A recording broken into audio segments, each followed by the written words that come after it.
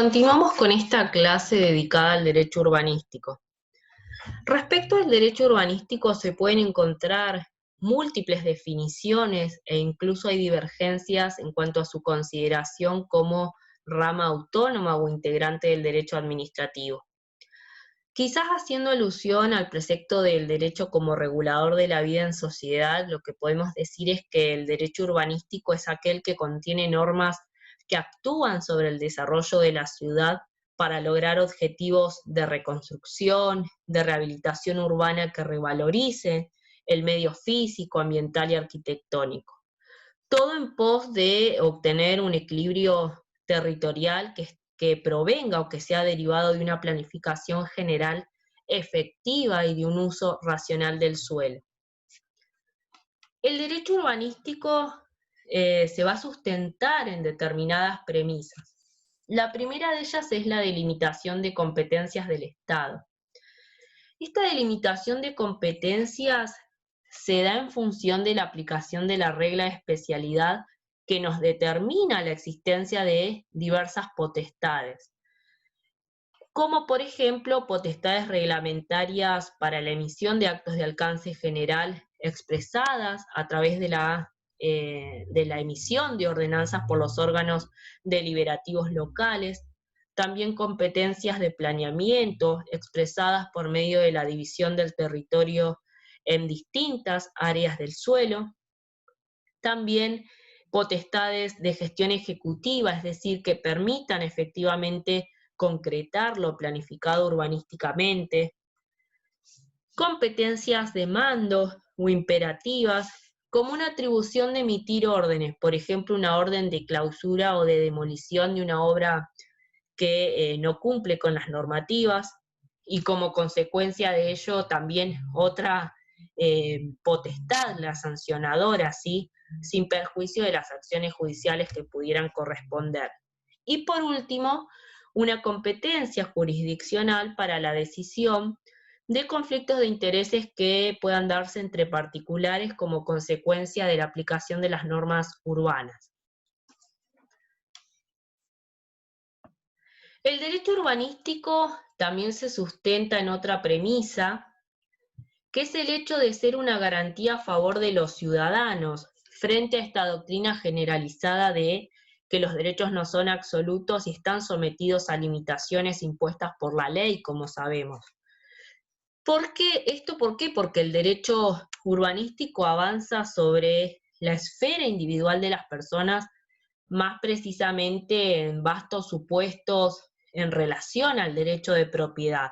Pero este criterio, lo que tenemos que tener en claro, no va a ser posible sin la existencia de una fundamentación legal. La tercera premisa es la comprensión de técnicas de distribución o recuperación.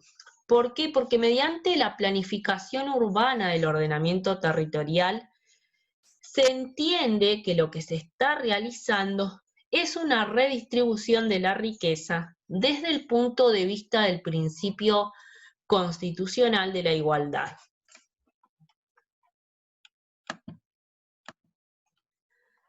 En cuanto a los principios del derecho urbanístico, podemos distinguir principios generales y principios específicos. Dentro de los principios generales se encuentra el principio de legalidad, consagrado en el artículo 19 de la Constitución Nacional, que en esta materia lo que significa es que cualquier acto debe necesariamente justificarse en una norma jurídica que sea de naturaleza constitucional, legislativa o administrativa. El segundo principio general es el de razonabilidad del artículo 28 de la Constitución Nacional, que materializado en este campo es a través del supuesto de la aplicación de las restricciones al derecho de propiedad, que deben ser proporcionales a la finalidad que con ellas se persigue, porque si no, de lo contrario, estaríamos frente a supuestos de arbitrariedad. El principio de igualdad del artículo 16 de la Constitución Nacional lo que implica es que debe dispensarse igual tratamiento a los sujetos que se hallen en idénticas situaciones. Por ejemplo, en un mismo distrito urbanístico, los sujetos que allí vivan van a estar sometidos a las mismas restricciones, como pueden ser los retiros de jardines o parquización, los máximos de altura en edificaciones, que van a ser distintos a los que se apliquen a quienes no viven en esas zonas. El principio de ejecutoriedad de los actos, de los reglamentos, de las ordenanzas, por intermedio de las disposiciones de leyes de policía, códigos de falta, de tránsito y de edificación. Recordemos que hace instantes hablamos de la gestión ejecutiva delimitada o que deriva de la delimitación de competencias, es decir, del hecho de poder tener herramientas para concretar lo efectivamente planificado. El principio no indemnizable, y acá lo que podemos decir es que las técnicas que utiliza el derecho urbanístico a los fines de la planificación derivan, mejor dicho, en la aplicación de restricciones impuestas por la administración a la propiedad privada. Pero estas restricciones van a ser concebidas como condiciones legales del ejercicio normal u ordinario del derecho de propiedad. Van a disminuir su carácter absoluto, pero no lo van a afectar y por ende se excluye toda posibilidad de reparación. El principio general de publicidad lo que nos indica es que los planes urbanísticos que van a estar plasmados en leyes, en reglamentos de alcance general, constitutivos de normas jurídicas obligatorias como lo son las ordenanzas, van a adquirir eficacia a raíz del cumplimiento del requisito sine qua non de la publicidad.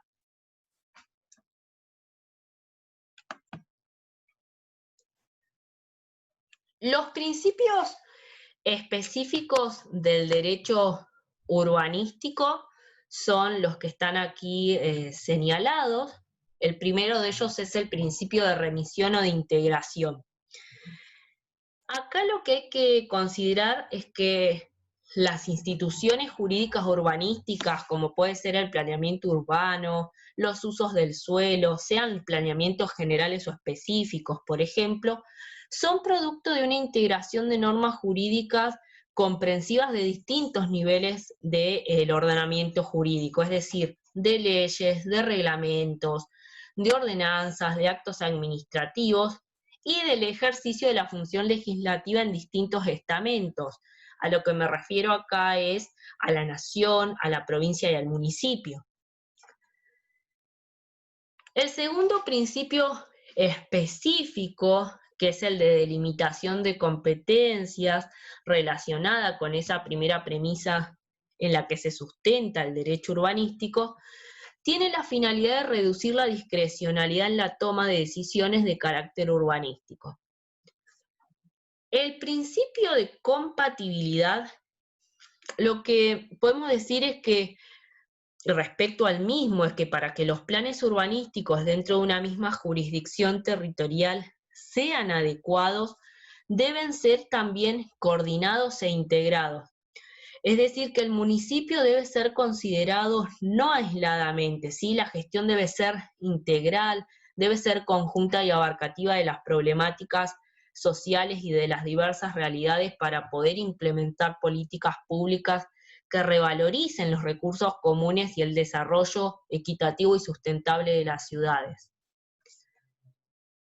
El principio de perdurabilidad. El principio de perdurabilidad porque las normas urbanísticas deben ser perdurables en el tiempo, y esto para permitir una planificación razonable de las ciudades y que los titulares de los dominios del suelo conozcan la calidad y la extensión de sus derechos. Va a estar vinculado principalmente con el principio de razonabilidad consagrado en el artículo 28 de la Constitución Nacional.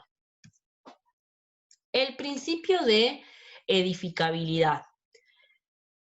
Porque rige el principio en materia urbanística de que todo inmueble urbano va a tener destino específico la edificabilidad, salvo en aquellos espacios reservados a la circulación y verdes, y en los que quizás por deseo del titular de edificar, las condiciones físicas o de saneamiento impiden que el terreno sea apto para ese destino.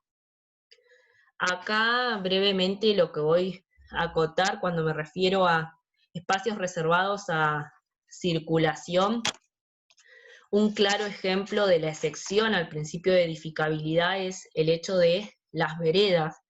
Todos sabemos que las veredas son espacios que corresponden a la vía pública, que están destinados a la circulación de peatones, pero que la obligación de su construcción, conservación y reparación recae sobre el frentista. Y se dan múltiples situaciones interesantes en torno a la determinación de la responsabilidad de uno u otro por distintas situaciones o accidentes que se dan en las veredas y que tenemos jurisprudencia, por así decirlo, para todos los gustos y diversas en torno a lo mismo, y en lo más común, como ustedes saben, son los accidentes que se dan de peatones que se caen en las veredas. Quería agregar esto nada más, es un tema que quizás en otro momento puede dar algún tipo de debate y de investigación al respecto. Como podemos inferir de estos principios, tanto generales como específicos del derecho urbanístico, lo que podemos decir es que el mismo tiene una relación permanente e inseparable con el derecho de propiedad y que se nutre para la configuración de la planificación urbana y del ordenamiento de la ciudad de las figuras de las restricciones administrativas.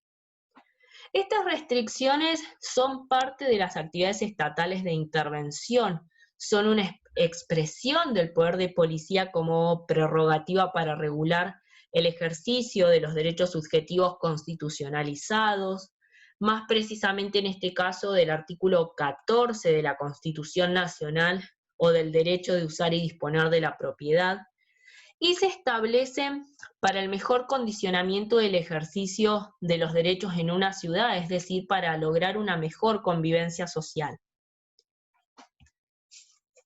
Las restricciones administrativas se caracterizan porque son generales y no van a implicar un sacrificio especial o extraordinario que deba hacer el titular dominial, sino más bien son una limitación regular y común al ejercicio del derecho de propiedad, y como mencioné más arriba, no cabe la posibilidad de reparación frente a las mismas. Sabemos que el derecho de propiedad se caracteriza por ser absoluto, exclusivo y perpetuo. Entonces, en base a esto, lo que es de importancia destacar es que las restricciones administrativas, por ser generales, se imponen a razón de un interés que es colectivo y van a recaer sobre el carácter absoluto de la propiedad. En otras materias van a poder estudiar otras manifestaciones estatales de intervención que afectan los demás caracteres, por ejemplo, el carácter exclusivo, como el hecho de las servidumbres, la ocupación temporánea y la perpetuidad en el supuesto de la expropiación. Las restricciones administrativas pueden versar sobre un hacer, un no hacer o un dejar de hacer, y van a estar fundamentadas, es decir, que el motivo de su dictado tiene un fundamento o una razón de ser en aspectos de higiene, de seguridad, arquitectónicos, de cultura, de tranquilidad pública o de preservación del patrimonio histórico. Como ejemplos podemos citar el mantenimiento de buenas condiciones de higiene y seguridad de los edificios habitables y de los baldíos, la línea municipal, el respeto de las alturas máximas permitidas para construir o de los índices de edificación, la prohibición de uso de ciertos materiales de construcción o la no afectación a un cierto estándar arquitectónico, y también las regulaciones sobre emisiones de sonido. En esta filmina yo incluí dos ejemplos concretos de restricciones administrativas. En el caso de la ciudad de Bariloche, que se impone el uso de ciertos materiales de construcción y el cumplimiento de grados dependientes en los techos porque se encuentran en zonas de altas nevadas. Y la ciudad de Mendoza, en la cual las acequias urbanas han sido declaradas patrimonio histórico y sobre las cuales no puede construirse, no podrá, por ejemplo, tapárselas, es decir, que deben permanecer intactas.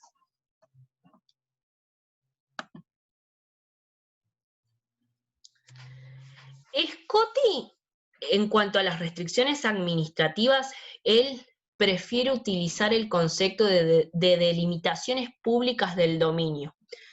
Y nos dice que este instituto conjuga figuras del derecho privado y del derecho público en un mismo acto y que por eso lo que no debemos olvidar es que la legalidad de las restricciones administrativas se complementa con la normativa del Código Civil y Comercial de la Nación dispuesta en los artículos 10, 1941 y 1970 y siguientes. Al comienzo de esta segunda parte indiqué que hay múltiples definiciones del derecho urbanístico que podemos encontrar en los libros, pero creo destacable para definirlo dos características. El derecho urbanístico lo que reúne son principios y normas jurídicas que son de derecho público, que van a regular procesos de ordenamiento del territorio y las transformaciones físicas del mismo. Y estas normas y principios son de carácter, o mejor dicho, de contenido político, administrativo, financiero, económico, social y también técnico. Tengamos presente lo visto en el primer bloque, de que hoy la ciudad es considerada como un conjunto de elementos y la planificación como una comprensión de esta variedad de aspectos. Y por otro, para definirlo, creo que uno de los aspectos es el hecho también de que el derecho urbanístico engloba las relaciones que se dan entre los propietarios y la administración en su rol de ejercicio del poder de policía. En la tercera y última parte, lo que vamos a ver son cuestiones generales del planeamiento a partir de estos dos puntos que acabo de indicar, y así estaríamos cerrando el tratamiento de la unidad número 19.